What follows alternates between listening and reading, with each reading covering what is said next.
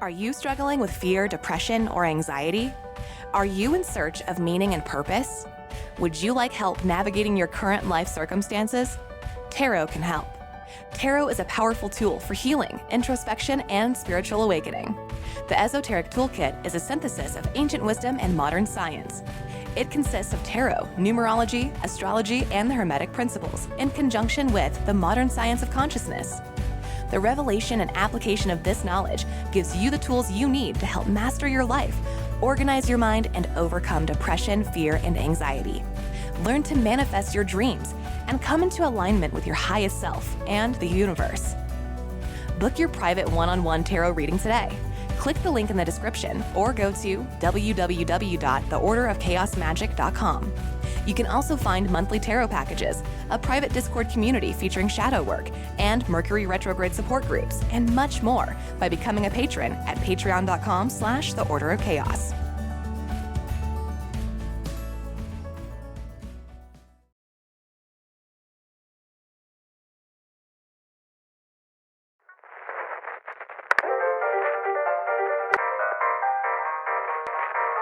The following message is transmitted.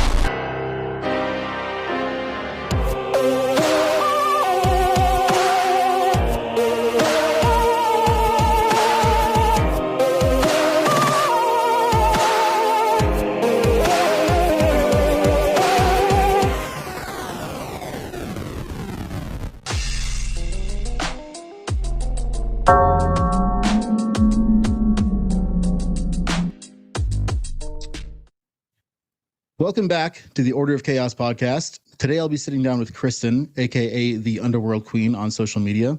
And Kristen uses the Goetia as a modality for shadow work and healing trauma. And that's what we'll be talking about today. Kristen, welcome to the show. Thank you so much for having me. I'm so excited to be here. Yeah, my pleasure. Actually, I had not seen you, which is interesting, on social media until one of my listeners messaged me saying you should really have this person on the show. They've helped me so much. And so when someone says that, of course, I'm going to take a look. And then when I checked out your content, I thought this is fantastic. So I'm really happy to have you here. I am so excited to be here. Your show is amazing, and I'm honored to be a guest on it. Oh, thank you so much. So this is going to be interesting because we've talked about the Goetia quite a bit on this show. And I think, if you're a long time, I haven't even been on that long. If you're a fan of the show, you probably know that I'm a bit cautious about this particular book and working with these particular entities. Now, that's not because I think that they're evil. I think that's ridiculous. It's because they're very, very powerful. Mm-hmm. And so I'm really interested to hear your perspectives on this. And I've actually never heard of using the Goetic Spirits in a healing modality before. So that's very interesting to me too. So why don't you tell us how you got started, a little bit about yourself, and how you got to be doing what you're doing today? Yeah. So for me, I had the first portion of my spiritual awakening back in 2016.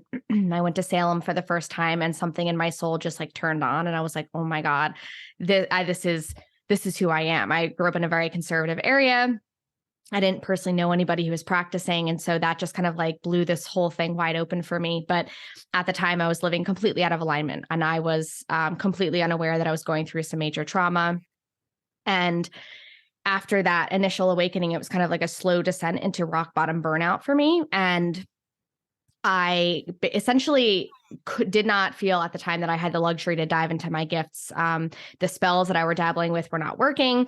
And so when I hit real rock bottom, that's when the real part of my spiritual awakening happened in 2020. And so for me, it was so eye-opening because I, like I said, had been going through all this trauma and was completely blind to it. And that was kind of the turning point for me, diving into shadow work and diving to the depths of everything that was repressed and hidden in my unconscious mind.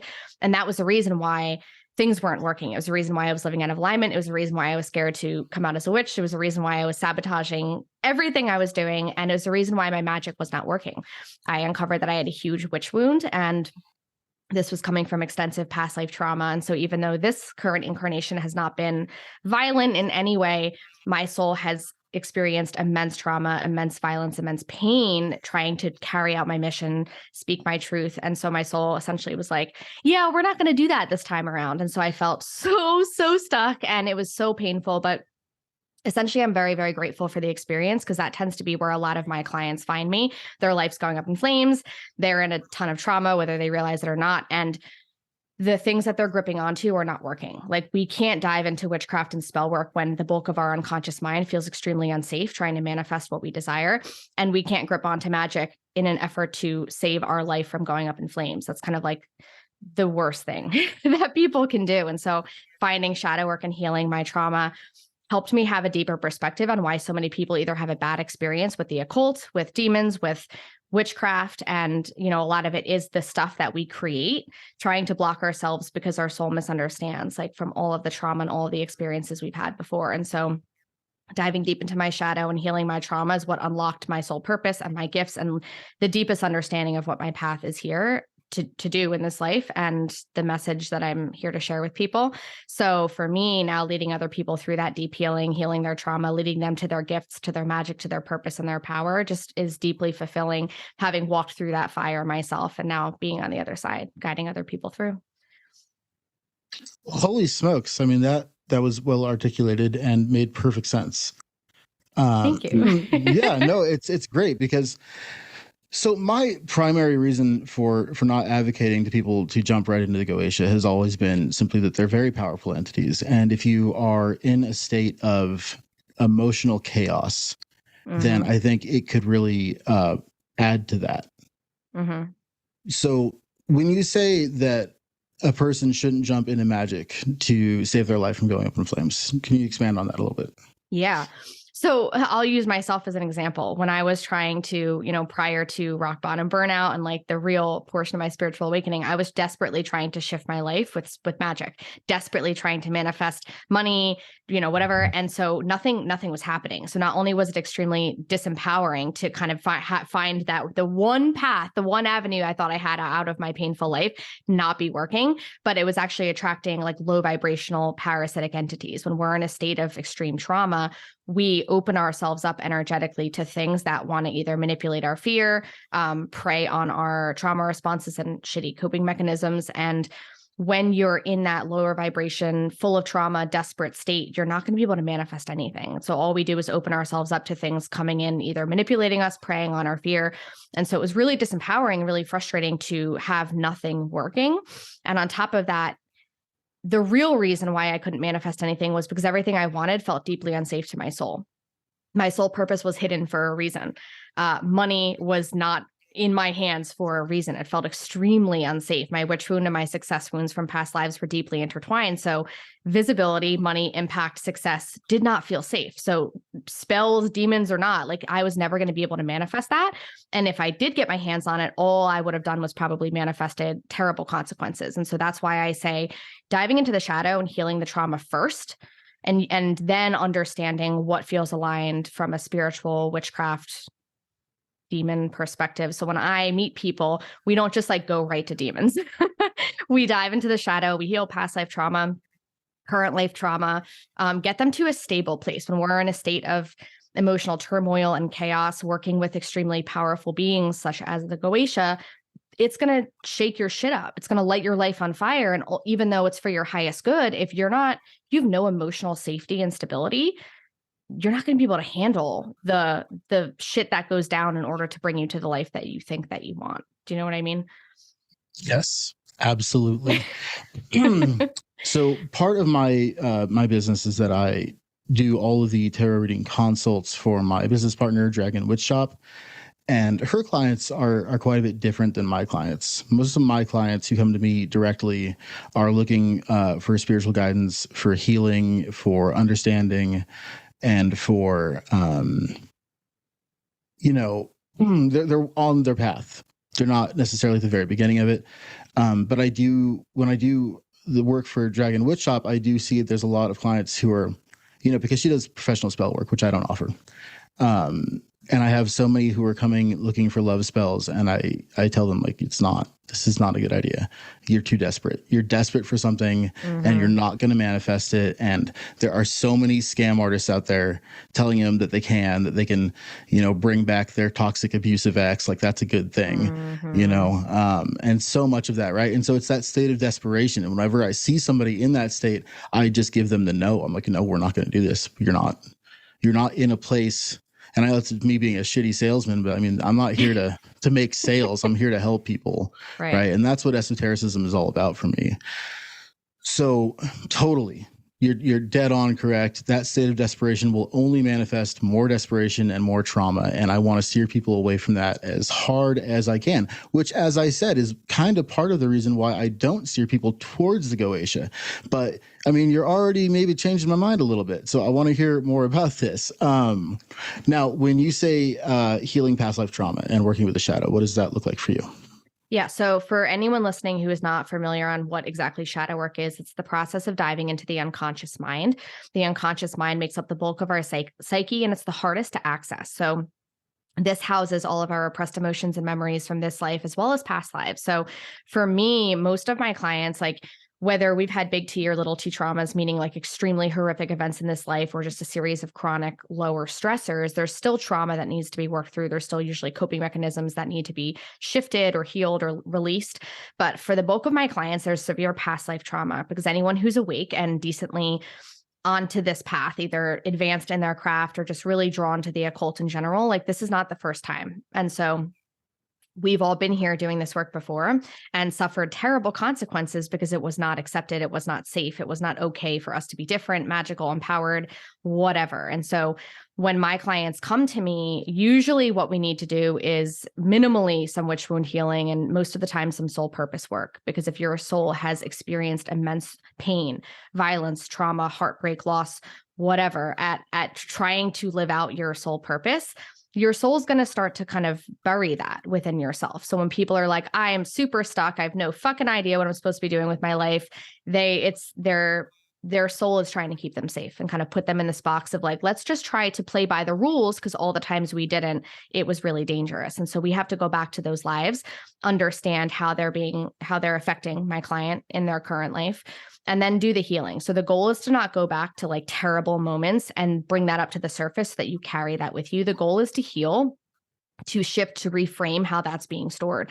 And sometimes that's just illuminating other choices. Like a lot of times when we're dealing with the witch wound, we go back to these lives where we had immense power, but then we forgot about that power when it mattered the most. Like when people were coming for us and we forgot that we had power, that we had magic that we could have deployed to protect us, to choose differently.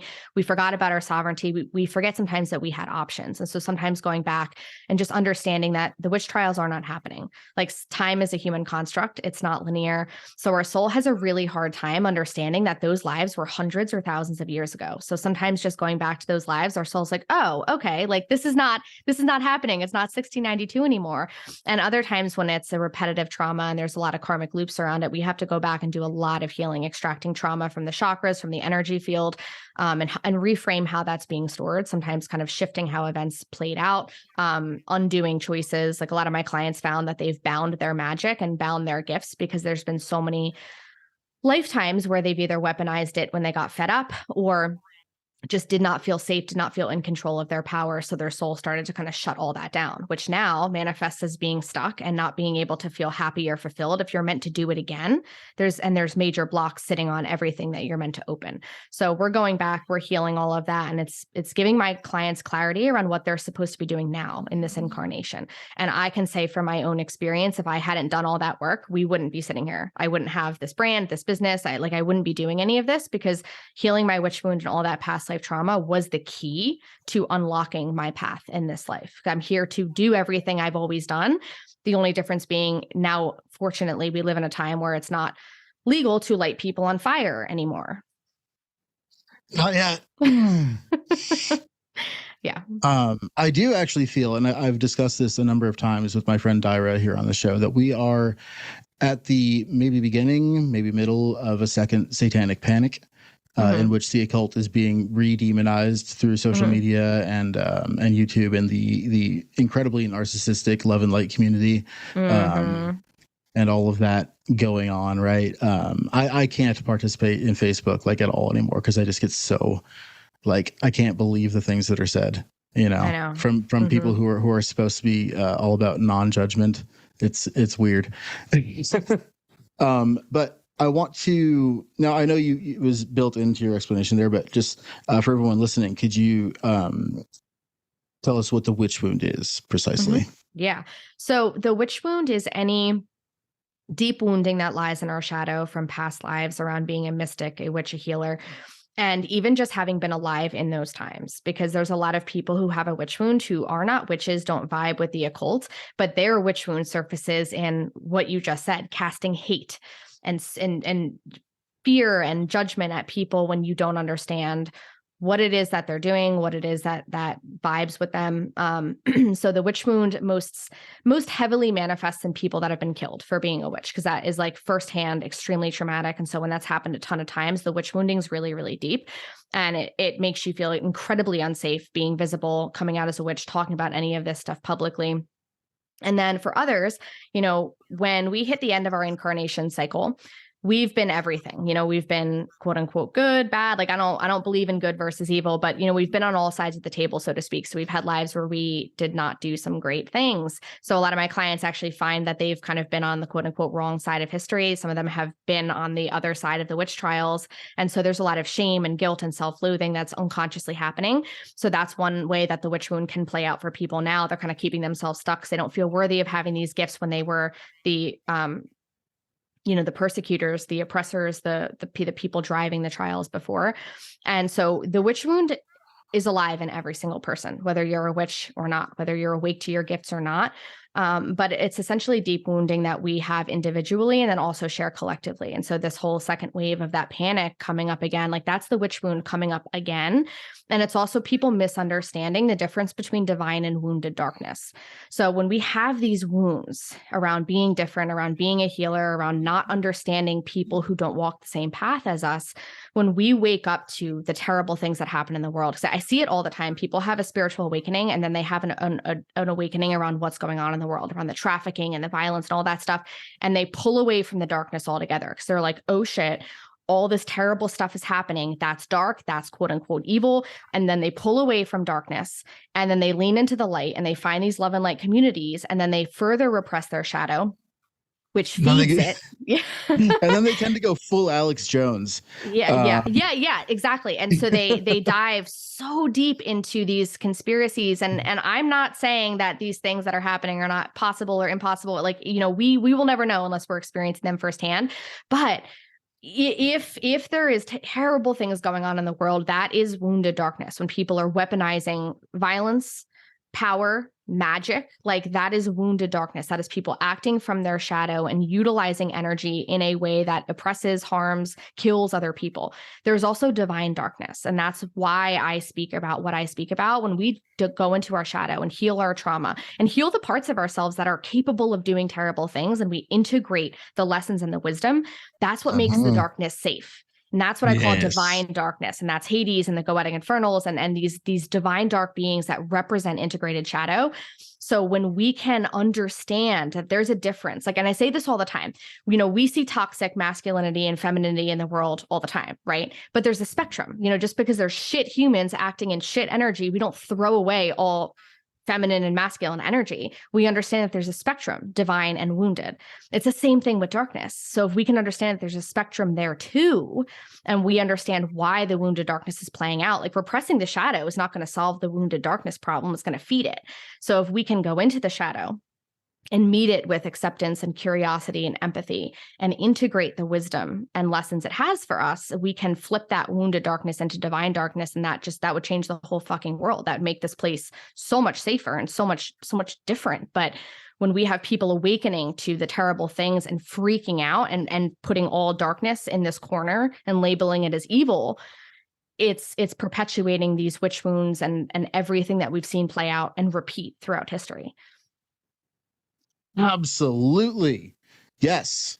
Dead on. Correct. I could not agree more. When you want to separate the light from the dark, you are making a terrible mistake because you are categorizing the darkness as evil and bad, while at the same time, you're pushing the light into the realm of authoritarianism, narcissism, and all these other things that manifest in these, I'm not trying to be rude to anybody, with these like love and light type communities, the new age stuff, like it's so cult like and it's so bizarre, and it is not a modality of healing, as far as I'm concerned. It's a modality of telling people that, oh, you're some super special enlightened starseed from blah, blah, blah. And, I get so many messages like this on Instagram, and it's crazy. And, then they end up with beliefs like lizard people rule the world. And I don't see how that is helpful or healthy to anybody. Now, I'm not saying that lizard people don't rule the world. I don't know. But as a chaos magician, I can recognize that a belief like that does not serve me in any way and is detrimental to my mental health. So why would I put any stock in it? Right. Unless I get invited to, some underground bunker in Washington, D.C. where everyone pulls their human face off and I see that they're all lizards, I'm not going to worry about it until that point. Just why, right? I do think it's silly. Like, it's silly. I think that there are things going on. That's not to say that there's no conspiracies. Clearly there are. Clearly. Right. There are conspiracies, but I don't think they're the ones that people obsess about. I think that they're actually much worse and much more real. And, everyone talking about Project Bluebeam or this or that, the other thing, and the flat earth and the reptilians. I'm like, it's way off track to me. I honestly think it's its own form of escapism. Because again, like, yes. I am not one to say like that stuff's not real. Like, unless I'm in a situation, like you said, like if I firsthand experience it, I'm like, okay, yeah, then it's real. Until then, we don't know. But when there are very real things like human trafficking going on in the world, like that's gone on for hundreds, thousands of years. Like, humans have theory, always, exactly. And humans have always enslaved humans. But by going deep down these rabbit holes of saying, oh, it's actually lizard people, like, we are then displacing our autonomy and responsibility. Human beings are horrible to human beings. Yes. Whether you're a reptile or not, whether you're a witch or not, like, you don't need those extra layers to be shitty to your fellow human. And so I tend to find that when we create these stories, it's kind of displacing the responsibility from humanity, saying like, we wouldn't possibly do that to our own kind. Like, yes, we can. We do look at what's happened in the world. And it also isn't solving the problem. So it's like people who are screaming the loudest about all of that happening. It's like, what are you doing to combat this issue? Are you creating organizations to help people who are being trafficked? Like, if you're not, but you're talking about lizard people on the internet, like, what good is that doing? All you're doing is perpetuating fear.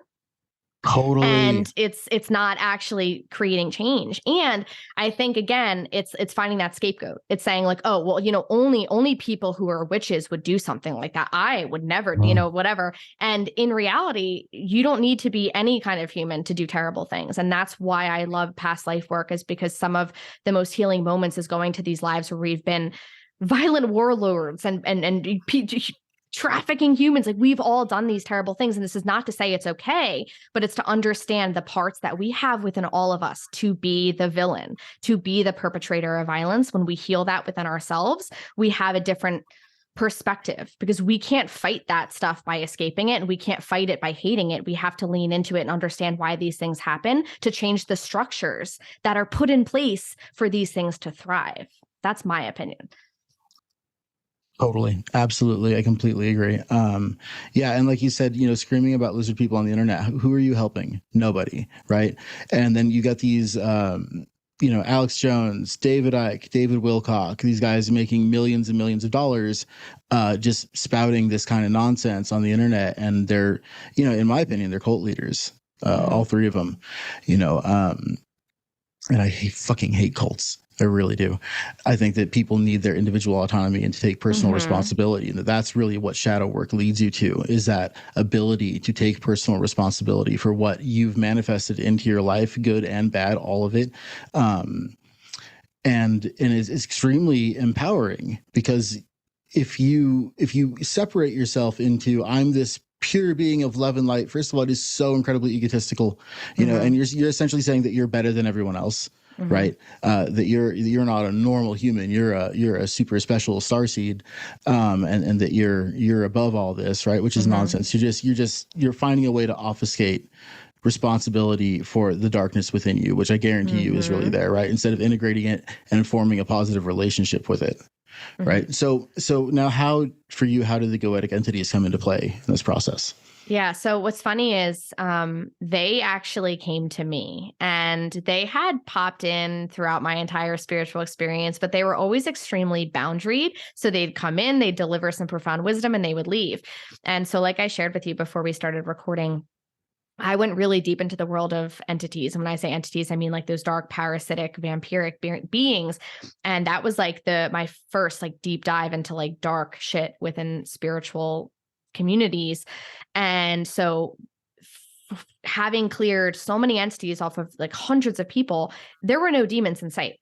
And so I was so interested, because there was a period of time where I was like, wow, demons must not be real, because like all these people are coming to me with quote unquote possession like symptoms. There's not one fucking demon in sight. And so I asked Hades, who was my patron deity, I was like, why did you send me down this path of like, deeply dealing with entities? And he's like, so that you would understand what people think possession actually is, so that you would understand the real malevolent beings creating destruction, wreaking havoc, making people sick, making people do violent things, and not making them, just kind of pushing them over the edge. Entities don't create problems that don't already exist. And so when demons started coming to me, it already set me up to have a different perspective, because when people were coming to me with malevolent attachments, there were no demons, like ever, ever, ever, ever. And so when they started coming to me, they were actually coming to me for my clients. And they started appearing, and they were like, I have to do with this client and this client. And like, you can't tell them, it's their job to figure it out. But like, you're going to hold that torch, basically. You're going to lead them down this path. And so at the time, some of the people that these Goetic Infernals were coming to me about, I would not have, from my human ego standpoint, would not have thought that they were ready. Not because I didn't think that they were good enough, but because they were still dealing with some trauma. They still had some witch wounding. There was still a lot of fear around darkness in general. And so I was kind of like, okay, like we'll see what happens. And coincidentally, these clients kind of felt called to step more deeply into their shadow, into their darker past lives, into their witch wound. And that's when these beings started to show up. And so it was wild, because from a practitioner standpoint, would I have objectively thought that some of those clients were actually ready due to the amount of trauma they were still working through? Some of them were still in a lot of chaos and dissociating and self-sabotage. But what was interesting is the Goetic Infernal stepped in to help them stop doing that.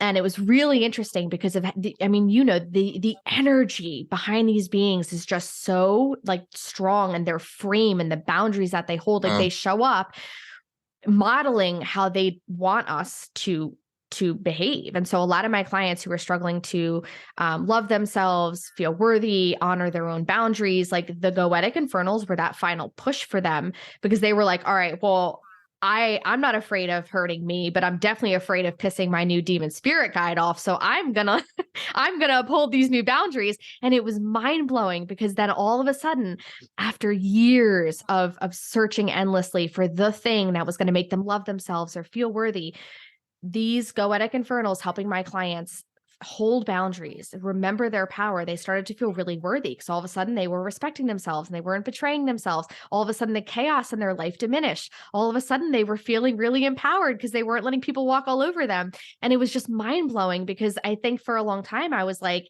people have to be like really, really, really healed in order to work with them, but we're never fully healed. And for some people, the Goetic Infernals are that final like push.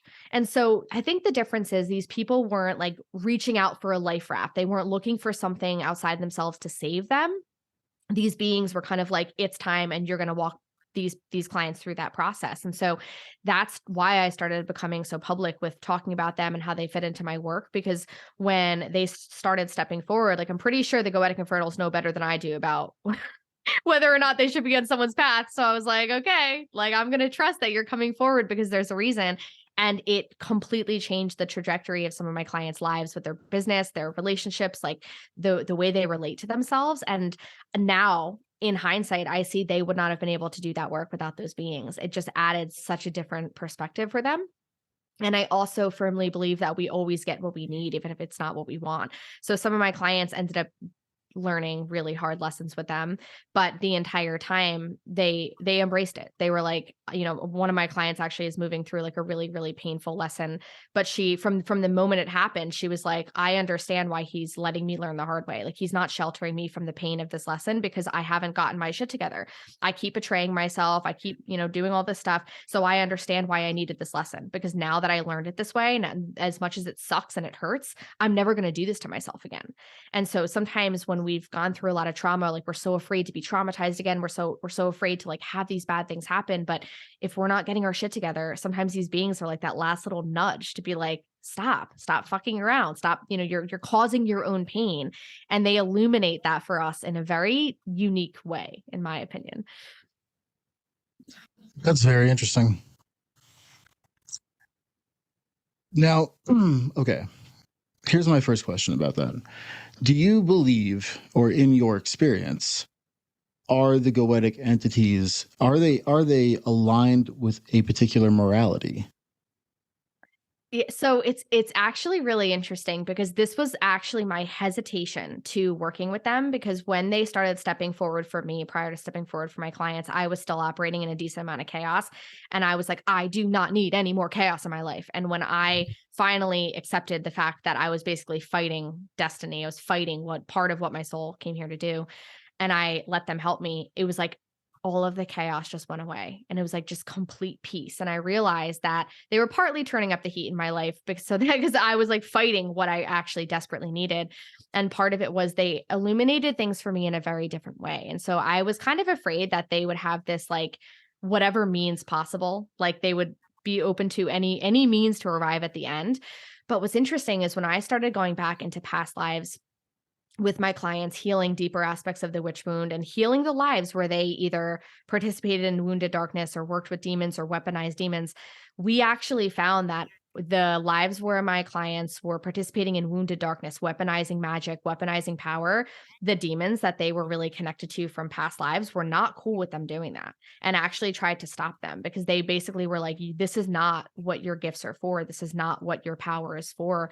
So I tend to find that they're a little looser with the means, in the sense where, like, if you want to manifest something, like, they have no problem creating a lot of chaos and tearing shit down in order for that the destination to be accelerated. But at least from what I've seen in my own personal practice and with my clients, there is a decent amount of morality, because in my opinion, when they step forward and they're trying to help us feel more embodied, accept ourselves, feel worthy, like, we're not going to feel worthy if we're hurting others to get to the end goal. We're not going to feel worthy if we're betraying ourselves to get the money that we think we desperately need. So for me, when they've stepped forward for myself and for clients, they've stepped in along that same vein of like, okay, well, if you're here for, let's say, sovereign soul aligned energy exchange, they're helping people not betray themselves to make money, not work soul sucking jobs to make money, not to, step on other people to get to that success or that impact. So I've seen that there is actually a decent amount of morality there. Chaos is a different thing. They will light shit on fire, literally, if it means clearing the path. But they're not going to, and at least from my perspective, be okay with, like, for example, you hurting people to get to where you want to go. Like, that's not cool, because that's not divine darkness. And so they're part of why they're so misunderstood, is because people are seeing wounded darkness. And so they're part of, what they've wanted me to share with the world around them, is that they are integrated shadow. They are divine darkness. So they do have morality, in the sense that they don't want people just like, running around hurting each other, thinking that that's going to be the end goal, leading them to whatever they think they want. Because even from an earthly standpoint, whether we want fame, wealth, whatever, like, we don't necessarily always want the physical thing. We want the feeling that comes with it. So if you want freedom, if you're building a business or a life that feels like a prison, you're never going to feel free, no matter how much success or money you have. And so they tend to come and keep that end vision in mind. So, like, for me, freedom is my biggest. It's like everywhere in my natal charts, everywhere in my soul contract. Freedom is huge for me. And so they were like, your shit's not working if you're building anything from an energy of self-sacrifice or self-betrayal. You're never going to feel free. So they tend to honor our deepest values, but that's where the shadow work is important, because we need to be clear on what those are, so that we're driving the bus and they're not. You know what I mean? Yes. Exactly that. And that's what I'm trying to get at. because I know that I've met people who are way out of alignment, who go to work with the Goetia, and not only does it, create more havoc in their lives, but they can be successful in working baneful magic through the Goetia. I mean, if they have that level of control. And that's one of the things that worries me about it just a little bit. But that's not to say that they. So I here's what I'm curious about. I wonder if the reason you are able to work with the Goetic entities in the manner that you do is because you are in alignment with what you are doing, and therefore they are in alignment with what you are doing as well. Mm-hmm. Yeah. Yeah. I did a fuck ton of shadow work first. So it's not like I just like one day woke up and was like, oh, I feel like conjuring a demon. Like I feel like that shit is reckless. And that's also, again, why I talk about them so much and why I weave them into shadow work. So I do not just, conjure them and connect them with people. Like I take people into their shadow. If they want to work with the Goetic Infernals, we go into that person's shadow and we talk to them. And sometimes they're like, you're not ready. You're not ready for this. You're not taking personal responsibility. Like you're a shit show. No. And so when we're going into someone's shadow and we're meeting them there, I tend to find it's really different than when people are conjuring them with, like, let's say Solomonic magic. Like at that point, the demon is kind of bound to do whatever you want it to do. And I don't love that kind of magic. I think that it is really condescending and really disrespectful to them because you're basically taking these really powerful beings and making them your slave, so to speak. And I tend to find that the way I engage with them is so free. So they're not going to just do any old thing that I ask them because my exchange with them is a lot more sovereign for me and for them. So I'm not conjuring them and I'm not binding them to whatever I want. I think that that's actually really reckless and really dangerous. And I think that's where people manifest either karmic consequences or they manifest their own backlash because they're trying to get their hands on something that they should not have yet. So like when people conjure demons and try to manifest money that way, if there's a bunch of money trauma in that person's shadow, if there's a ton of financial trauma, success wounds, if money's deeply unsafe, if their unconscious mind thinks money's evil and they conjure a demon to try to get money, even if the demon brings you money, that person's not going to be able to hold on to it because they're not at that frequency. So they're probably going to manifest some kind of catastrophe. They're going to offload it because their nervous system and their shadow does not feel safe with money. This is why people have a bad experience because they try to cut corners. They're trying to cut around like the shadow work and the healing and the nervous system regulation. And they're like, oh, demons equal fame and money. Like, no, that's irresponsible. And so for me, the reason why I talk about them so much is because I find when people go into their shadow and they meet them there and they allow the Goetic Infernals to lead them through the healing that they need to go through in order to have what they want, not only does the entire experience feel more free because you're letting the Goetic Infernals show up in a way they see fit versus trying to control them and control your own experience, which from a manifestation standpoint, we don't know how it's supposed to go. But then you're also letting the Goetic Infernos lead you through the experiences that need to be healed to ensure that when you get the thing you want, you can hold on to it. Very, very interesting. And you're holding a class on this topic coming up pretty soon, right? Yep. On the 23rd of February, it's called my Manifesting with Demons Masterclass. And we're diving into everything, like what they really are, why there's so many misconceptions around them, like my process of working with them. And that was taught to me by Hades. Like when I first started diving into this and connecting with them, I didn't really see where the end result was, which is what made this so much more profound for me. Because it's not like Hades one day came to me and said, hey, you're going to talk about this and this is going to be part of your legacy. It just kind of started unfolding and I was just trusting and trusting and trusting. And so he showed me a process for connecting with them and leading other people through shadow work. And even just seeing how profound it was for me and also for my clients. Like I've had clients heal like from insanely traumatic things that they have been trying for years to heal from, like deep, like big T traumas, break patterns that have been stuck with them for their entire life. And the Goetics came in and led them through deep shadow work, and they were able to get deeper in their shadow than ever before. And it completely transformed their life. And just seeing the immense healing that happened from working with these beings, that's why I'm feeling so called to talk about it. So in the masterclass, we're talking about all of that, how to work with them, how to manifest with them, the do's and don'ts from my personal experience to make sure that people are being safe. And I mean, like first and foremost, respectful, because I firmly believe we have a bad experience with these beings when we either disrespect them or when our ego is driving the bus. Like you're going to have a bad experience with anything if that's the case. Well, I'm sold. I'm going to take your class. It sounds awesome. It's going to be so much fun. Cool. Yeah, I'm excited. So if you're listening and you want to come hang out, definitely sign up for the course. I will have a link in the description. Are there limited spots available? Yes, but there's still a decent amount of room, so you should Okay, be good. sweet. Cool. And I will be there. Okay, there's so many points that I want to touch on. I want to make sure I don't make a mistake. So we're going to go back just a tiny bit, and I want to talk about the difference between demons and astral parasites, because there is a huge difference, and most people are totally unaware of this, and they just conflate the two, right? So when we're talking about demons, right, and demon comes from the word daemon, which was an enlightened teacher spirit. It wasn't some evil thing, right? And then they were demonized. And one of the things that really bothers me, especially in the paranormal research YouTube sphere, which I love, but they don't understand this. Every time they're using the word demon referring to an astral parasite, you're getting it wrong. You're totally getting it wrong. Every time you go to a haunted place, there are no demons there. You're talking about astral parasites or low vibrational entities or angry spirits. All of those are very real. But they aren't the same thing as the classical demons that you're talking about, which would be like the Goetic entities or the Norse gods, even in fact, are all considered demons, biblically or in the Abrahamic faith.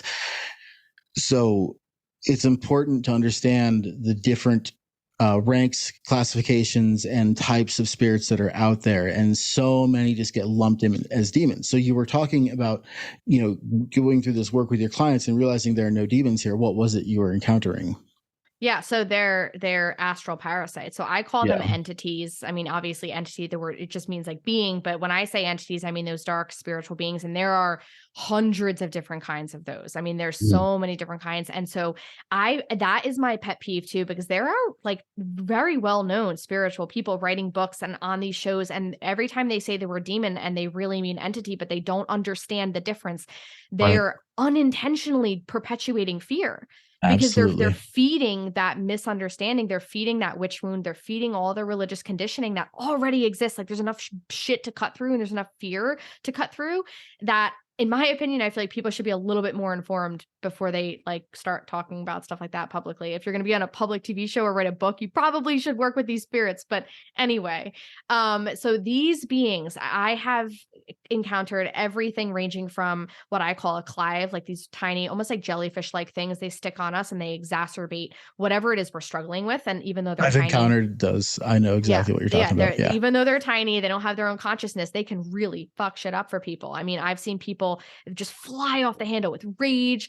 If someone is kind of like in a gray area substance issue, that just kind of push people way over the edge. Anything ranging from that to like extremely malevolent beings. And so a lot of times I've had clients who've even like their loved ones, their significant others, whatever, have put them in psych hospitals because their attachment was so severe. And of course, unfortunately, all that does is drive the trauma to the point where like their consciousness was intertwined with these beings.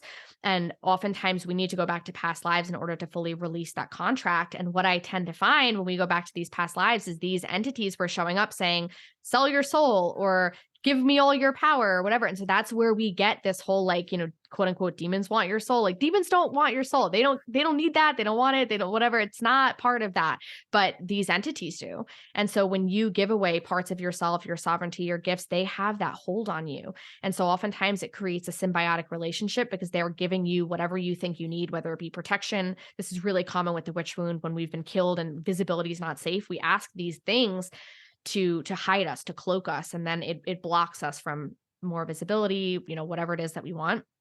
But there's a symbiotic relationship. There's an unconscious contract that happens with these things. And so that's how they gain power, because they drive us to do terrible things. They disempower us. They feed off of our trauma. They bring negative chaos and violence and turmoil into our life, and they get more powerful, and we get more disempowered, or we get sick. I mean, there's a ton of different things that can happen. But I mean, I've had like really malevolent attachments in these client sessions, and there were never any demons. And so it was mind-blowing to me, because that was like my first like deep dive into spirituality. And I was like, wow, people have it all wrong, like completely wrong. But these entities are extremely malevolent, and they are here. They're born out of the wounded darkness. They kind of just like I mean, Hades showed me kind of like them snapping off of the collective shadow when there's so much projected fear and hate and rage, like that energy just, it accumulates. It doesn't just dissipate. And so these entities are born out of that, and they attach and they feed and they get bigger the lower our vibration gets. And so kind of circling back to what we're talking about in the beginning, someone's in a traumatized state, super dysregulated, like desperately seeking something. These entities are weaponizing that desperation. They're weaponizing that pain that you are in. And so whenever people sign up to work with me, whether it be a short-term container or really long-term mentorship, the first thing we do is a clearing. Because going back to the whole love and light community, a lot of people come to me and they're like, oh, I'm above the darkness. Like, I don't have anything attached. And they're riddled with attachments because they're suppressing all of that. And it's just fueling the entities, like fueling them. And they create a lot of damage. And so for me, what was interesting is the entities always step in whenever there's something they don't want me to find out. And the closer I got to connecting with the Goetic Infernals, they were wreaking havoc in my life. And I mentioned this in the beginning, whenever I would publish like a big piece of content or whatever around them, there would always be like technology issue or roadblock after roadblock, and my reels wouldn't upload. And they were trying to get me to not share that message because of how empowering the Goetic Infernals are. And so when you let a divine, dark, empowered being help you become empowered, you stop being a food supply for the parasitic entities. And that's why they don't want people knowing the truth about the Goetic Infernals. They don't want people knowing the truth about any of this. And so for me, when I first started to connect with them, there was still a little bit of witch wounding and still a little fear in my shadow, but consciously I didn't feel afraid. So when I went to approach the Goetic Infernals for the first time, an entity actually came out from the right side of me and attacked me. And I felt the most uncomfortable feeling I'd ever felt in my entire life. And it tried to make itself look like a demon, even though it looked very different. It did a very poor job, but it was preying on the fact that there was still a little bit of hesitation, a little bit of fear. And that was enough of a crack for this thing to jump on me and actually try to attach. And it was such a powerful lesson for me. Oftentimes when people don't know what they're talking about and they're waking up to their spirituality, they're dabbling in things without a mentor, and they have a scary experience, it's an entity. And they assume it's a demon. And then sometimes they close the door completely on witchcraft, on their spiritual awakening. And that it breaks my heart, because if they had either had a mentor or just like kept going, they would actually see the truth. Because I've seen people leave spirituality altogether because entities just preyed on the parts of their shadow they refuse to look at, which is why it's super reckless to not do shadow work and dabble with any of this stuff. Fully agree.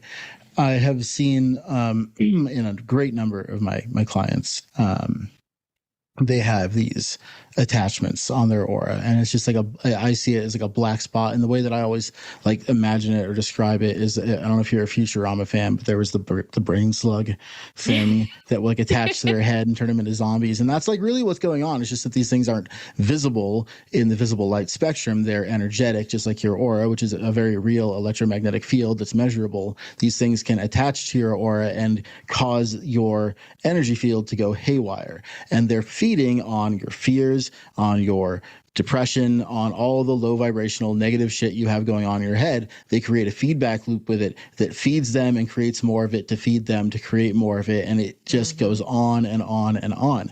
And it's terrifying. And it's very sad. I can't stand seeing this happen to people. And all you really need to do, I'm not trying to say this is easy, but becoming aware of it and beginning to do something about it is like 95% of what you need to do. Mm-hmm. When it comes to these things, because if you ignore it and you pretend like it's not there, it just gets worse and worse and worse. And, as you know, people can have traumatic events happen to them and go completely batshit crazy as a result. Yeah. And I think that a lot of times that is because these attachments just leap on this person like, oh, they're wide open. They're not doing anything about this. Great. Just pile on and more and more and more. And, gosh, it's just awful to see that happening. And as you said, these things can range from these like little brain slug type attachments that are really not conscious, or, they just want to feed themselves, right? There's not a lot of malevolence there, to full-blown malevolent negative entities, which are the ones people most often mistake for demons. But every time you use that word, and as you were saying, especially as a professional, like, stop doing this. You got to stop. You know better. But I think it's clickbaity. And I think Yeah. people want views, and I think people want to be successful. But that right there is a parasite. It's the parasite saying it's more important for your YouTube channel to blow up than it is for you to tell the truth. Yeah. I mean, that's shadow right there. Right. Exactly. You know, so I really wish they would stop doing it, because these things are not the same. There are full-blown malevolent entities out there, but they're not part of the personal archetypes of a human being. They are egregores of the collective.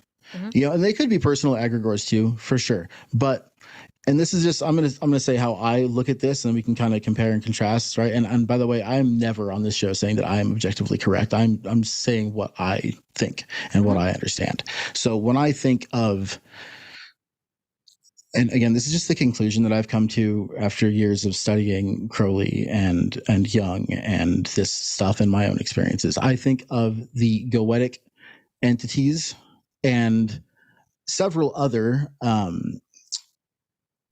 gods of the underworld. Now we could say Hades, we could talk about Lucifer, we could talk about Prometheus. I mean, there's a lot, right? That these are the archetypes of the shadow, of the subconscious mind, of the right brain hemisphere. Whereas the angels of the Shemham Farash, the biblical archangels and such, are the archetypes of the left brain, of the conscious mind, of the ego, essentially. And that the ego desperately wants to keep you away from the power of the subconscious mind because it's evolutionarily taken over, right? The left brain has become conscious. It's where your speech center comes from. It's the reason it's above surface, whereas the subconscious is below, right? And they don't, it's interesting because people who have undergone a particular surgery to have their corpus callosum removed, which used to be an epilepsy treatment, can have like major disagreements with themselves because your two brain hemispheres are essentially independent of each other. You have two brains that talk to each other, and that creates who you are, right? But they're very different. And it seems to me that the right brain hemisphere, the subconscious, which runs 98% of your life, right? It's growing your hair. It decides when you blink. It beats your heart. It makes sure the machine is going, is a far, far, far more powerful part of you than the left brain hemisphere, the conscious mind, which is, you know, the way I describe it is, if you're really smart, I mean like brilliant, then your conscious thinking mind might be as smart as a pocket calculator. And I mean that quite literally, because there are people out there who can do incredible mathematical computation very quickly. Those people are geniuses. They have a very, very powerful left brain. Your right brain, however, which is what manifests your reality, is a quantum computer, and that shit is nothing. It's like your left brain is as smart as a pocket calculator, while your right brain is a quantum computer, right? And the pocket calculator wants to keep you away from the quantum computer. And it's not, you know, it doesn't work out because that's how people get, and we live in a society that really rewards being completely ruled and run by your ego. You know, and that's not to say the ego is a bad thing. That's not what I'm saying. I think that integrating your ego and having a healthy relationship with your ego is where it's at. And that's true for all of this. Okay. It's true for your shadow. It's true for your ego. It's true for every part of you. You want to integrate it and develop a positive relationship with it, not push it away and say this thing is bad, which is the emphasis of so many religions and spiritual practices. Scientology, that's an interesting one because it seeks, I mean, and they're very clear about it, push away the subconscious, the right brain hemisphere, focus solely on the left. And that's how you get fucking Tom Cruise. You know? And there's been this is present in so many religions, pushing away one aspect of yourself and emphasizing another rather than integrating the two together. Right. And I think that it's just so important. So I love that you're helping people do that work. Okay, I want to jump to another point here that was very interesting. We are entering an age, and I don't know really how long this has been going on.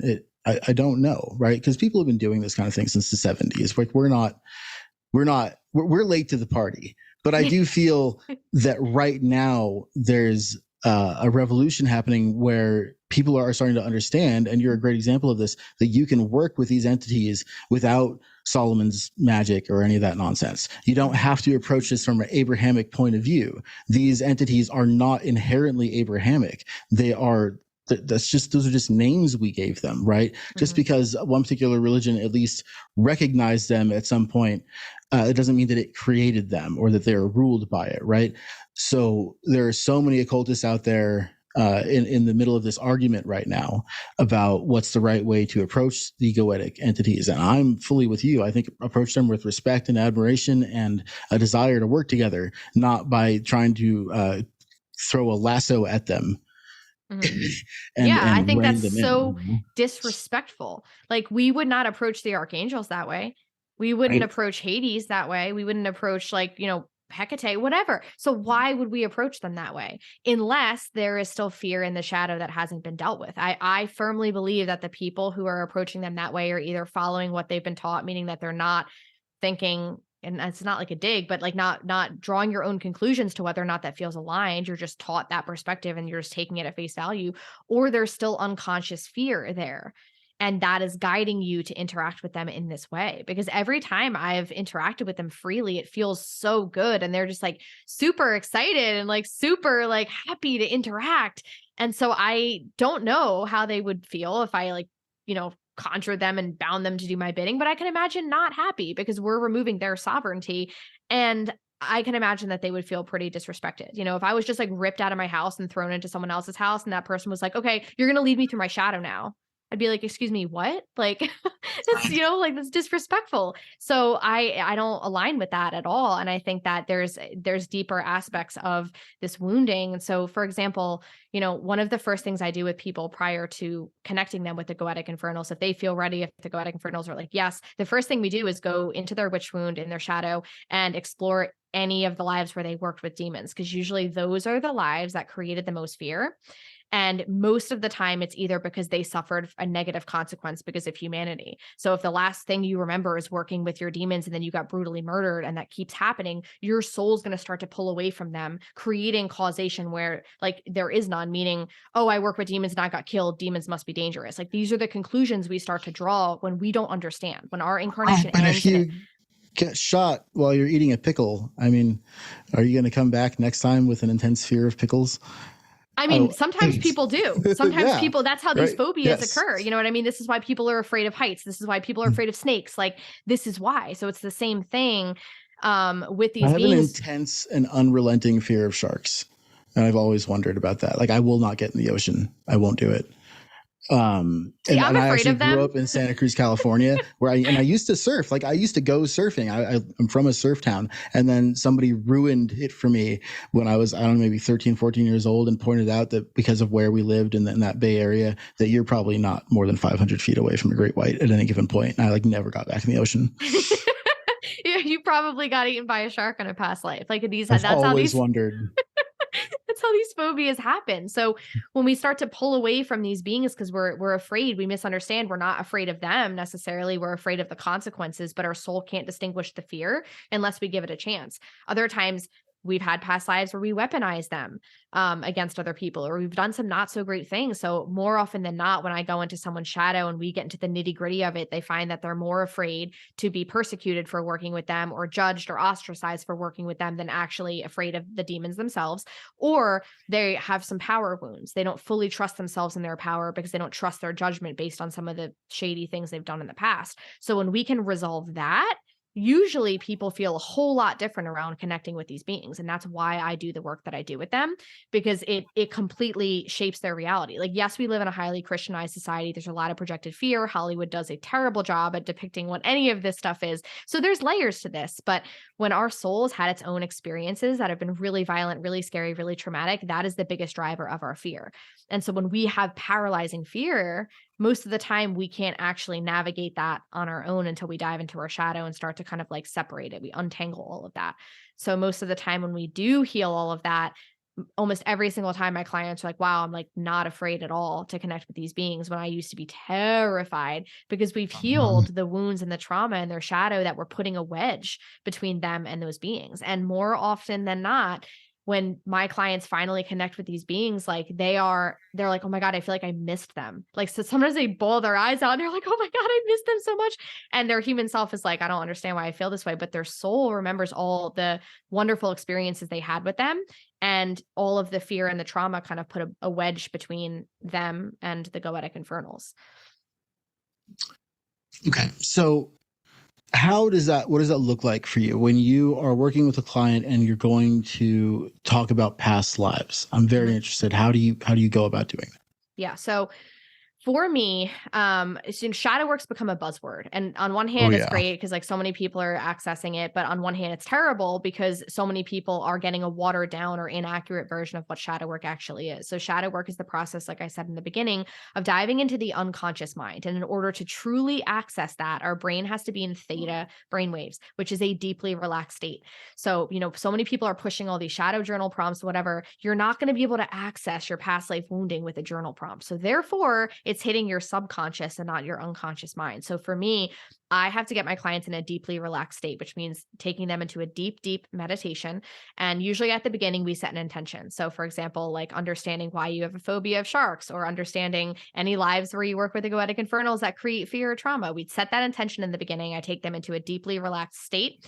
And then it depends. Sometimes their guides are like, they're scared, take them to like their shamanic realm, take them to a happy place before we dive straight into a violent life. Sometimes we go to the underworld first. It depends on what they need. Other times we'll just dive right into that life. And so when they're stepping into that life, either through a portal or their guides are leading them, they're ending up in that time period. So many people are stepping into like, cobblestone if they're ending up in a witch wound life, and their guides share any messages that they need before we start.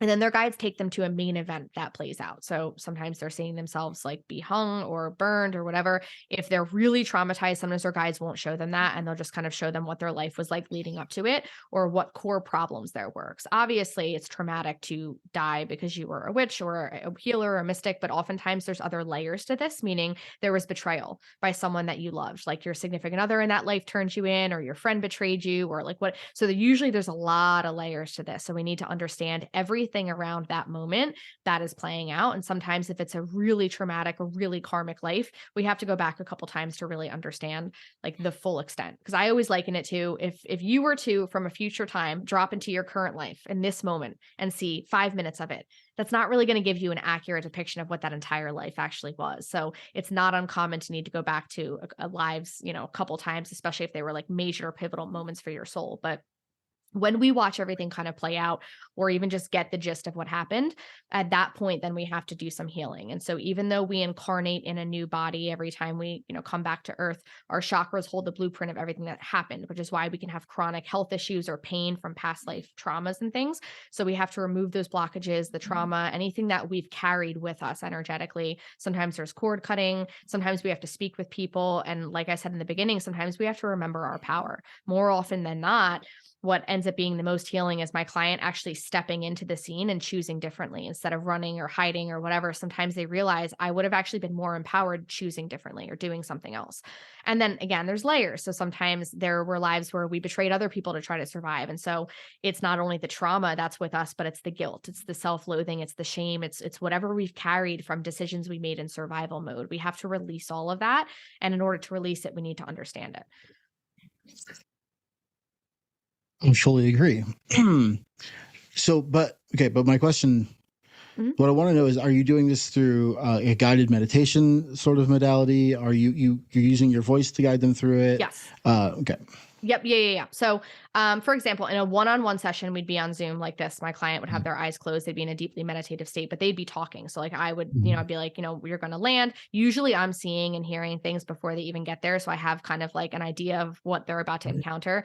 And then I say, explain to me, what are you feeling? What are you seeing? Because there are times where I'm picking up on things that they're missing because their nervous system starts to get activated if they land in like a really traumatic life.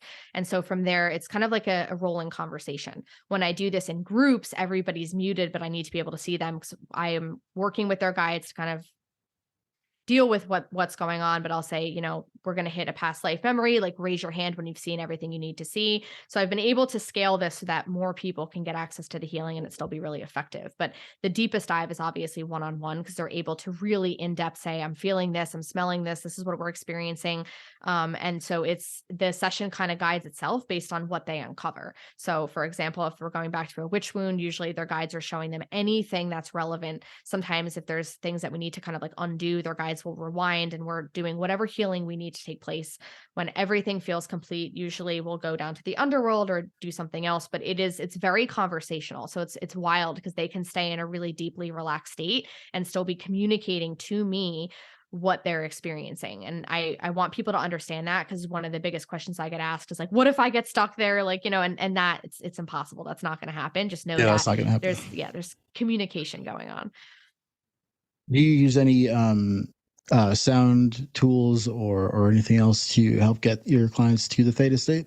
So what's interesting is no. And I learned from my mentor, Danielle Massey, from like a trauma informed standpoint. So when we're doing shadow work with people, like it's different than just a regular meditation. A lot of my clients who really excel with shadow work and get really deep and uncover a lot actually really struggle to meditate on their own. And that's where like binaural beats and like all that stuff would be really great. But when we're in the meditation, if there's a lot of sound, sometimes it's actually really distracting, and it's hard for them to then either hear their guides, or it almost kind of like pulls them away from what they're seeing. So I prefer to use no sound when we're going really deep into the shadow, because it tends to be distracting. And having done this for years, there are times where if I meditate in complete silence, I actually get more from my guides than when I meditate with any kind of like music or sound. Very interesting. I fully agree with that as well, but I do understand and agree that it's an advanced practice. I usually start my students off with binaural beats, or just guided meditations that I've found that I think are, great for beginners. But yes, it's total silence and your ability to be comfortable with that silence that leads you to the deepest kind of, well, okay. Two things about that. So if you're meditating on your own, then yes, that total silence space that's self-generated is incredibly powerful. However, there are also sound technologies that are incredibly powerful. There are light technologies that are incredibly powerful. Now, I keep promising people I'm going to get back to this, and I promise again that I will. I started doing some videos on the gateway process meditations, which had a really shocking effect on me, where I fell over and started convulsing after the second one. And then my life changed, and I moved and all this stuff, and there was just so much going on that I couldn't get back to it. And that's all just settling down now. So I will be getting back to that and posting updates about how that's going. But both of these methods are extremely powerful. I do think that the method of silence is safer, because the sound or light technology that can activate the subconscious mind and really put you there very quickly, it puts you there very quickly, and that can be very dangerous. And it also can force it, and that can be very dangerous. If you're not ready to go there, you certainly don't want to be forced into that place. So I would be very cautious with those technologies.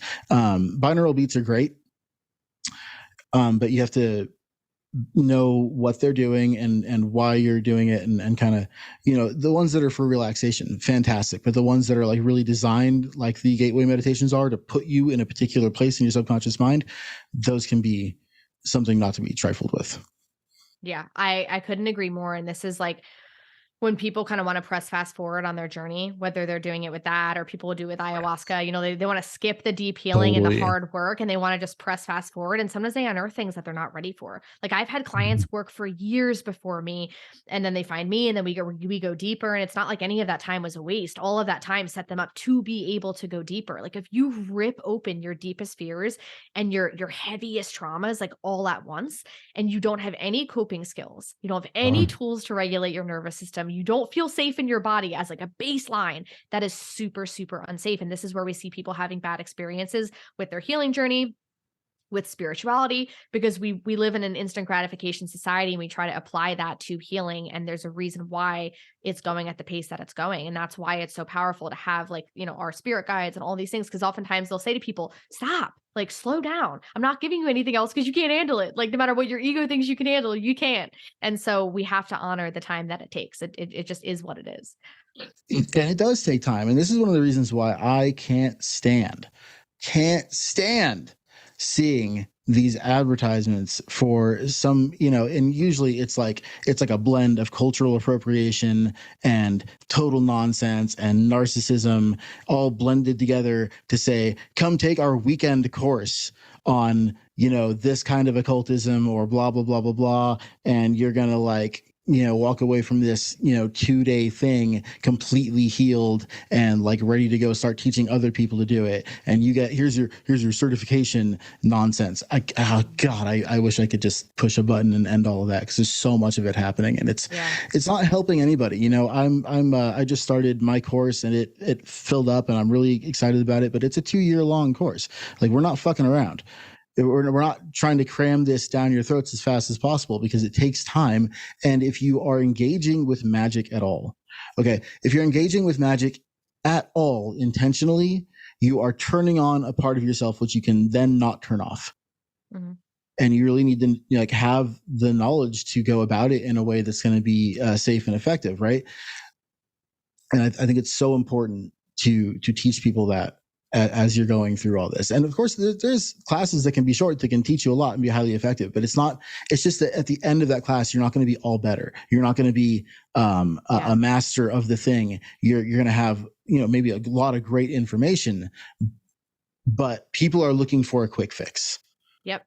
And again, it's shadow marketing to prey on people's desperation, or to give them false promises just to sell space inside of a program or a container. That's so shitty, and it does do more harm.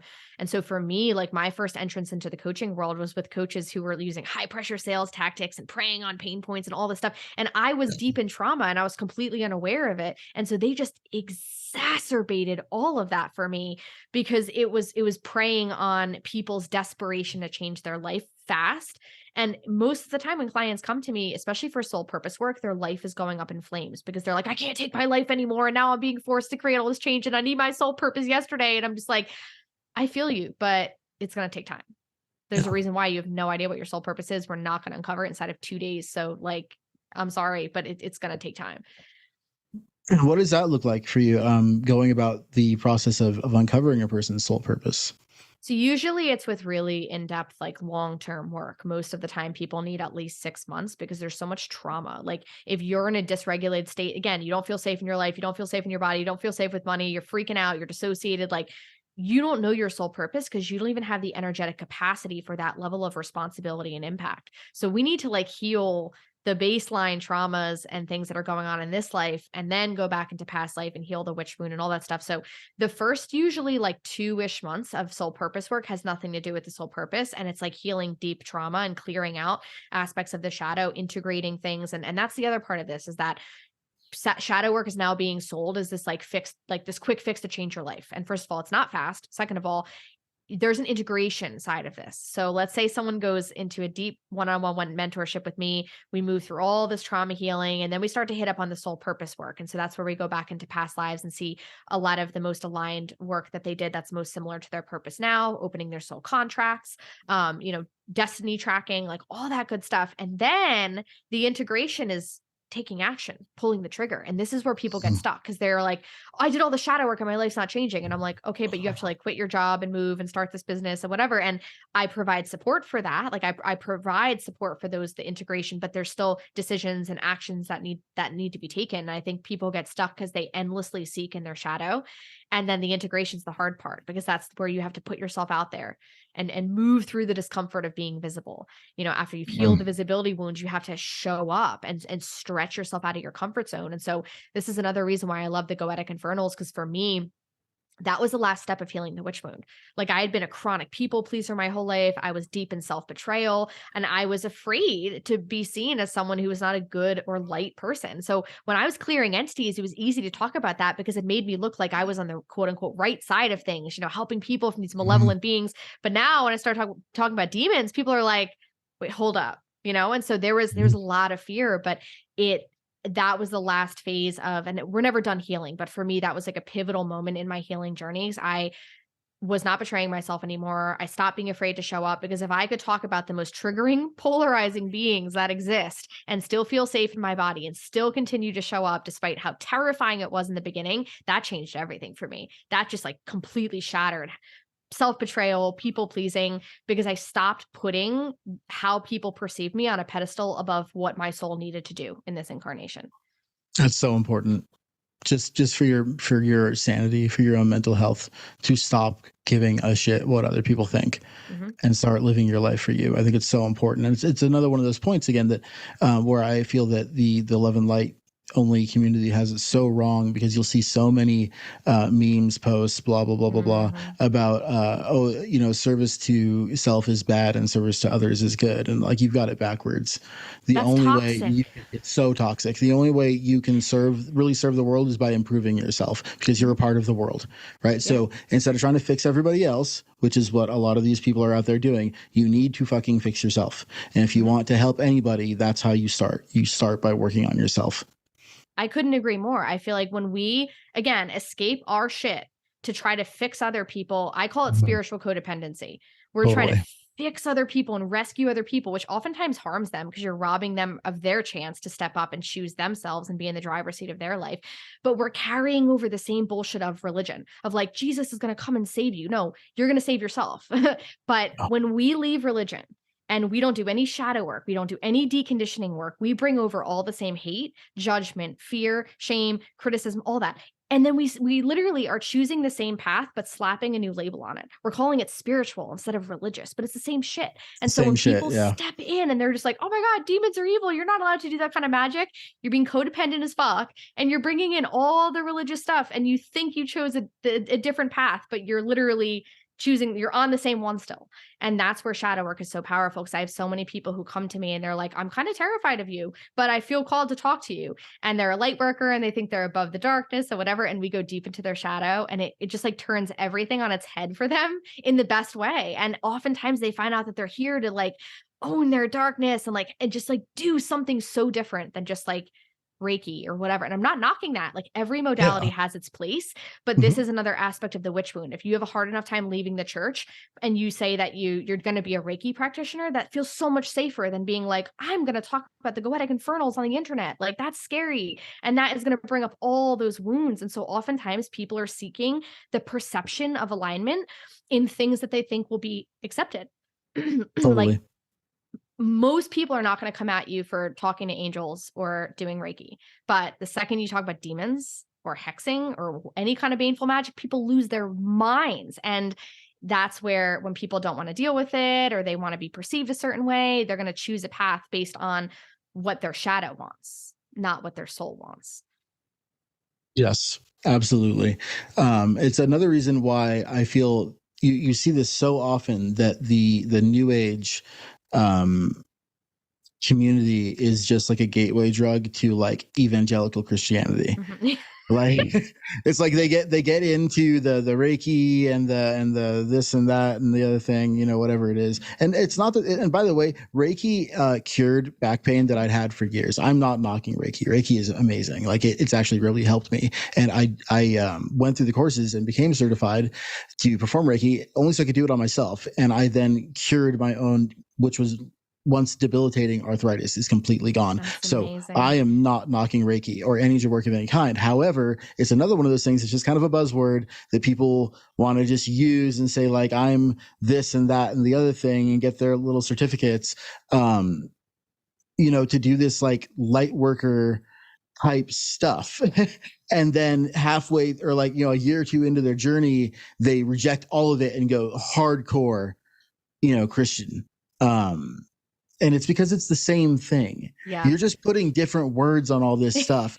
And then you realize that and you're like, oh no, what have I done? And so you just lean further into it. Yeah. Right. Because no one, not no one, but there's so many people out there who are afraid. And this is what I was saying about we're going through a second satanic panic. There's so many people out there who are afraid to just call themselves like an occultist. Well, guess what, light workers, you're occultists. Yeah. Yeah. You are. Maybe you don't like that term, but like you're studying the occult. You know, that's what we're doing. You're an astrologer, you're an occultist. Cool. Tarot reader, you're an occultist. Yeah, I agree. But why not embrace that fully and fully understand what it is that you're doing instead of being in denial about what it is you're doing and slapping some, good guy label on it. Yeah, I couldn't agree more. Yeah. It's interesting. It's weird. Psychology is interesting. And so my next question, what's your background before you started doing exactly what you're doing now? I mean, it sounds like you've got a really good grip on the psychological aspects of these things and then how to go about this work. Is this something you've always been doing? Is it, it's funny. I've actually always been interested in psychology, like deeply. I actually wanted to be a therapist when I was going to college, and I was so burnt out. And so I was like, I cannot go get my master's. So even though I'd taken a bunch of psychology classes, I was super into fitness. So I was like, you know what? Fuck it. I went into like fitness management.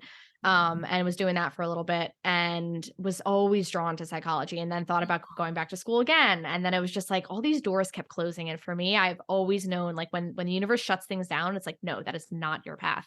So when I had my like rock bottom burnout, like, real spiritual awakening, that's when I found shadow work. And I actually found my mentor, who had been a licensed therapist for 10 years, burned herself out, got super sick. And that's what spawned her awakening. She's like, wow, I teach healthcare and, helping people, but how am I in the state that I am? And so she had a neuroscience background. And so she actually created a trauma-informed shadow work certification, because there's so many people who are helping people go into their shadow that are not trauma-informed. It's like, you are unearthing people's trauma. You need to understand how to safely do that. And so I studied with her for a long time. And so that is my background. And what I love about her is she has the science background. She has the neuroscience, education, all of that, but then also weaving that spiritual component in, because we are conditioned to believe that science and spirituality are completely separate, and they're not. They go beautifully hand in hand. So that is my background.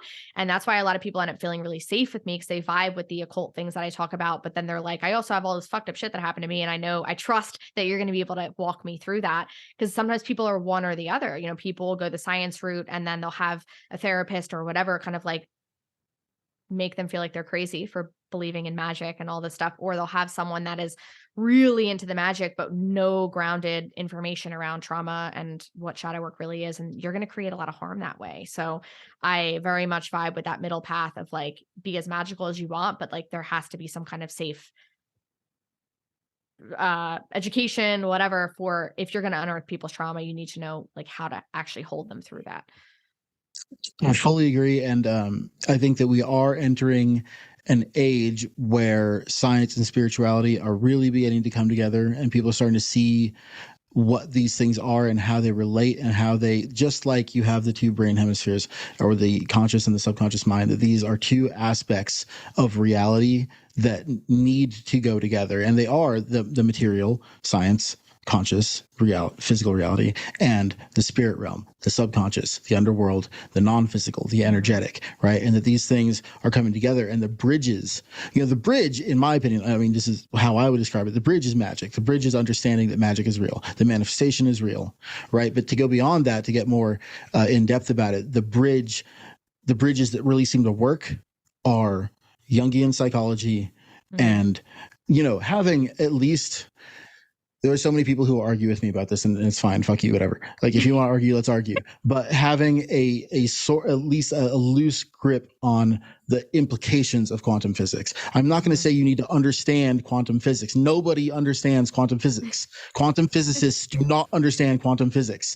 They're still figuring it out. However, just understanding principles like entanglement and the observer effect, just understanding what they are. And combining that with, I really prefer the Jungian approach to psychology. Psychology isn't a hard science. This is another area like quantum physics where you cannot say definitively this is how it is. And that's why these things are such good bridges, because when it comes to the subconscious and the energetic world and all of that, spirits, entities, all of it, you cannot say this is what it objectively is. Objectiveness is only for the physical world, for the left side, for the conscious world. And we tend to just want to be able to, if we cannot pinpoint exactly what something is and define it in objective terms, like, no, I don't want to even look at that, right? And that's been the point of view of science for the last several hundred years. It's like we are only dealing with materialism, but we're getting past that now because we finally understand that there's really no such thing as materialism, that everything that you experience as physical reality is frequency that your brain interprets and creates into a physical reality in which you inhabit. And that's just modern neuroscience. We get that now, right? And now that we have these languages with which we can describe it to a degree what's going on here, then the two can begin to merge. And it's a really, really exciting time to be alive. Because 100 years ago, we couldn't have done any of this. It was either you're religious or you're not. And those are the only two options, right? Yeah. And that must have been very difficult, I think, because it's so important to me to understand that you do have a degree of control over your reality. By understanding that you manifest your reality and, beginning to take control of the hallucination that you're living in, to the extent that you're capable, is so empowering. I couldn't agree more. I think it's depressing to think that we're just put here and that we have no control over anything. It's a very disempowering way to exist. Yes. I also think it's ridiculous beyond belief to believe that you're just an accident of matter. Yeah. And as far as we are completely aware, this is the only planet that has life on it, and you're going to be like, oh yeah, it's just a coincidence, nothing has any meaning, you don't matter, this doesn't matter, and everything is this materialistic atheistic view. I think that causes a lot, because better, like your subconscious deep down, better. Every child knows better. Every child knows that that's not the case, right? But then you grow up and you're force fed this worldview where nothing matters, and there's no meaning, and there's no mysticism, there's no mystery, there's no ritual involved in life anymore. It's all just pure materialism. That is causing it's a large part of what's causing the mental health epidemic that we are currently in the middle of.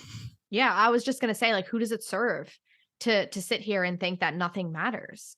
Like, how is that helping you at all? Like, it's terrible. And so I couldn't agree more when people are so disconnected from themselves, from what they perceive as their higher power, from their purpose. Like, we have a bunch of people running around with massive voids that they're trying to fill with everything under the sun, and it's not working, which is why mental health is getting worse.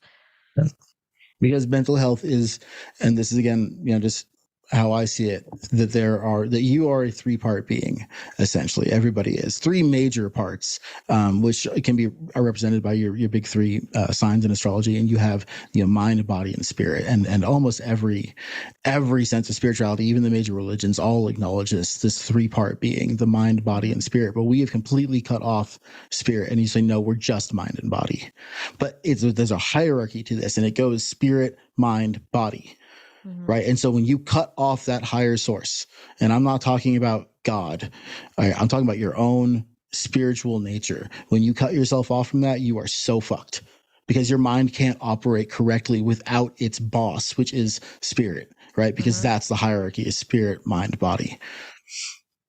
I couldn't agree more. I think that's why we see so much wounded darkness and violence in the world, because people are so cut off. We are conditioned to push that, repress it, betray it. Like, we're conditioned to believe that it's not real, when in reality, it's the most important driver of everything that we do.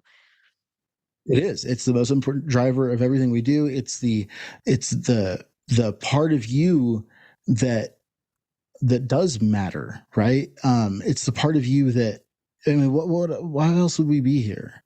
Right. Like, why is there life on this planet? Why is it so attuned specifically to us, right? Because there's meaning, and because there's purpose, and because you do have a soul's purpose. As you were saying, and in my practice as well, helping a person uncover what their soul came here to do, and I do it through astrology, and you're doing it through psychology, and I think that's incredible, is so helpful to them. They feel so much better afterwards. But the opposite of that is, I don't have a soul, I don't have a purpose. Right. And gosh, I just can't. And I've never been there myself. Like, I've never really truly believed that, but being fed that message all the time is still deeply depressing to me. Yeah. Oh my God. And even just having lived without my soul purpose, just seeing how traumatic that was, and the way I was unconsciously trying to fill voids, by spending money and doing all the shit, like, and it wasn't working, and the closer I got to what I thought I wanted and what I thought was success, the worse I felt because it wasn't coming in a soul fulfilling way. And so I'm actually grateful for that experience because I understand what it feels like now when people come to me and they're like, I am in so much pain. Like I feel this gaping void. And no matter what I do, no matter how much money I make, no matter none of it matters. And it terrifies them because they're like, is this all there is to life? And when they uncover their soul purpose, it's like everything shifts. It's so powerful. Yeah. When you, so there's got to be some people out there whose sole purpose is very materialistic, and there's nothing wrong with that. And so maybe you look to people as an example and say, well, why doesn't this make me happy? Right. Mm-hmm. But so in astrology, I would say that your soul's purpose is at least partly in your North Node. Mm-hmm. And when you believe that life is just about making money and getting things, you're probably leaning far more into your South Node, which is what is essentially your comfort zone, right? And expecting it to make you happy. But I know so many people who strive and work and do all these things to buy a house, get a car, and all this stuff that they want, and then they're still miserable. And it's like, well, yeah, because you have no time to enjoy the things that you've purchased, right? Or they're just causing you more stress because now you have this mortgage that's stressing you out, or you had to get a brand new car. You couldn't, you weren't happy getting one that was 5 years old. And so now you've got this car payment that is stressing you out, because maybe a little bit more than you can afford. All these things don't tend to make people really happy. And that's not to say that I think money is important. I think it's important to go out and earn money. And I think, you should work. I work very hard.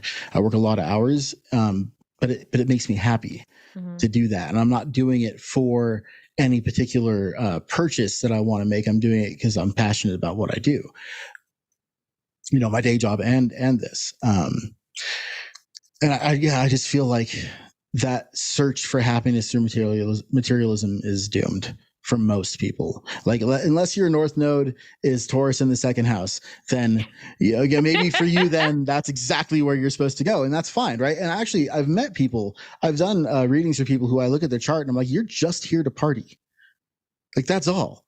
Like, you're just here to have a good time. And I'm like, man, that's amazing. Like, what did you do to deserve this chart where you're literally just here to have fun? Seriously. Mine does not look like that.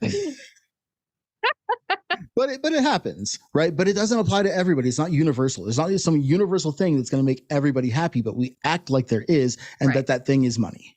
Right.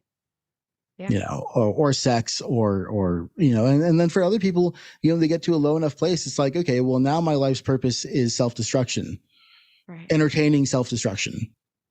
And that is true for a great many people who decide, what, fuck it, I'm just going to do drugs, or fuck it, I'm just going to drink more than I should. And then all of a sudden they're on the slippery slope, and then your life is a fucking disaster so quickly after that, And so understanding just that you do have a soul and that you did come here to do something, and that it's important that you do it and that you can do it. So many people are lacking that information. Yeah, I couldn't agree more. And it's sad. And I'm so glad that you're out there trying to alleviate some of that. That's what I'm trying to do as well. And I think that this method, that occultism works. Therapy works too. You should go to therapy. Therapy works. I'm not saying therapy doesn't work, but there is something magical about magic. There really is, and to understand from both the left brain conscious viewpoint and from the subconscious viewpoint, you really get the complete picture of what healing can be and what it can look like for you, and how, magical reality can actually be. Yeah. I mean, there's so many people that go from that first example of just being in so much pain to doing the work and healing, and their life is so different. And just the way they show up, their energy, like they're so happy and fulfilled. And that's just what lights my soul up. And so kind of coming full circle, everyone's healing journey looks different. Everyone's magical practice looks different. There's not one truth. There's not one size fits all approach to anything. So why would we take that for spirituality? For some people, a lighter quote unquote path is going to be what fills them up. And for other people, it's demons. And so who are we to say that is bad or evil or whatever? Like, that's actually so damaging. So that's why I'm here talking about all this taboo shit online, because and catching whatever hate for it, because there's so many people that need to hear this and understand. And the people whose lives change with this work makes any projected fear from other people, haters, so worth it. Yeah, I agree. And that actually brings me to another kind of point that it's interesting. So I'm a big believer in numerology, right? And letters go right along with numerology. It's all the same thing. And names are a big deal to me. So as you were saying, there are people out there who are not meant to work with demons whatsoever. And I've met quite a few of them. And very interestingly to me, these people tend to have biblical names. Matthew, Michael, Zachary. Like, I've got clients whenever a client comes to me and they have one of these names, I immediately kind of switch gears. And I just know, like, this person's not going to align with this, that, or the other thing. They're going to align with angelic magic. And that has been the case 100% of the time. Again, I'm not saying that every single person out there in the world who has a biblical name is necessarily a certain kind of person. It's just what I keep experiencing over and over and over again. My oldest and closest friend in the world, his name's Matthew. And when I had, in an attempt to help him a few years ago, suggested that he start working with the Norse gods, and it just did not work for him. And I never really recommended to anybody, yeah, dude, you should work with archangels, because that's not my vibe. It's never been my thing. But then when I figured this out for him, and I directed him to more of like a Christian mystic way of viewing things, it really started to work for him. I'm like, wow, very interesting, Yeah. And it's because everyone's in alignment with different entities, right? And just like we're saying that these demons are real, so are the archangels, so are the angels. But I'm not saying that the Bible is correct. I think that that's nonsense. I'm saying that these energies are out there, that these archetypes and spirits are out there, and that various religions have given them different names. Okay, but we're talking about we're using a language that is most familiar, I suppose, which is at least somewhat Abrahamic. Because we're such an Abrahamically conditioned society, and that's just the truth. So I don't really understand that, because from my point of view, just from my, very left-hand path person that I am, I'm disgusted by the Bible. I'm disgusted by Yahweh. I'm disgusted by a lot of that. But I also have to recognize that for some people, they're in alignment with those entities, and that's not necessarily a bad thing. And really, the problems that I have with that side of things, I have problems with the church as an organization. Right. And one of the points that I always try to drill into people whenever I hear, one of these Alex Jones types or whatever else going off about how, demons and sacrificing babies and all this nonsense. It's like, okay, you want to talk about sacrificing children? Well, the Catholic Church has been covering up for pedophiles for who knows how long. Yeah. Okay. Like, I live in Canada, where we're still uncovering the mass graves of Indigenous children who were slaughtered by church-sponsored residential schools. These organizations, the churches, the major churches of the world, have been committing genocide throughout history, and we're like, they're the good guys. What? What? What are you talking about? I don't get it. It's wild. Yeah. It blows my mind. But I think there's so many people that follow that, and they're so afraid to go to hell because they've been told not to question anything, that they don't look into it and they don't question it because they think everything's going to land them in some fiery prison for all of eternity. Yeah. I mean, what I really can't stand, and I did an episode about this regarding the disgusting things that are going on at Balenciaga, the fashion company, whatever, how immediately after exposing these people as I'm not supposed to say that word on YouTube. Oh, well. Maybe I'll edit this and say, okay, so these people who expose themselves as the worst kind of people had some vague reference in one of their images to occultism, and all of a sudden that's what people are talking about. Right. They're not talking about these people and the awful things they did. Right. They're talking about occultism and demons. And it's like, oh my God, you have completely missed the point. Right. And all that's really happened from my point of view, from an energetic point of view, and this I want to circle way back to the beginning again after this, but that it's very possible that the other side of the energetic entity spectrum is just blame shifting. Because it's incredible how people can go from these specific people did this awful thing to blaming occult entities or occultism in general, which it's just obfuscates responsibility. Right. Like, that's crazy to me. And that, so going way back to what we were talking about way in the beginning of this, it occurred to me as you were talking that it is entirely possible, because there's a history on this show of every time I've tried to talk about the Goetia of having tech problems. And you mentioned that happening to you. I wonder, and I don't know, are those problems manifestations of the Goetic entities themselves or of something else that does not want you to talk about the Goetic entities? And that had never occurred to me before. Oh yeah. So I think it's the parasitic entities 1000%, because every single time when I would show up to like a big clearing, they would try to stop me from showing up. They try to stop the other person from showing up, to the point where like people would get flat tires, like, I mean, ridiculous things. And so when that level of chaos, like negative chaos, kept happening, I was like, whenever I would talk about the Goetia, like almost every single time, to the point where like my reels just wouldn't upload. And it was just like my internet was fine, my phone was fine, there was no other problem. So I think it is the entities that do not want people empowered. Because think about it, if we help people own their darkness and integrate their shadow and stop fearing these beings and actually stop betraying themselves, like they stop being a food supply. When we start shifting these religious paradigms and deconditioning this highly Christianized society, when we have people actually uncovering their own truths, that's when they're the most sovereign. And so we stop being a food supply for these entities. So I feel like because I told you that story, they tried to stop me from connecting with them. So of course they're going to stop me, you, anybody else from actually sharing the truth about them. That's wild. I had not considered that point of view before, because I've always thought of the Goetic entities as being at least somewhat trickstery. They are, they can, whenever I start to talk about them, even off the show, I get paranormal activity around me, and it's just a little more than I want to deal with. I like silence. I'm a big fan of like quiet and peace, so I've always just thought, okay, well, they just like to make their presence known. They're very close to us, right? The Goetic entities are very close. But now I wonder if it isn't another thing, just trying to stop us from talking about it. It's a really interesting point of view that I'm going to really spend some time considering.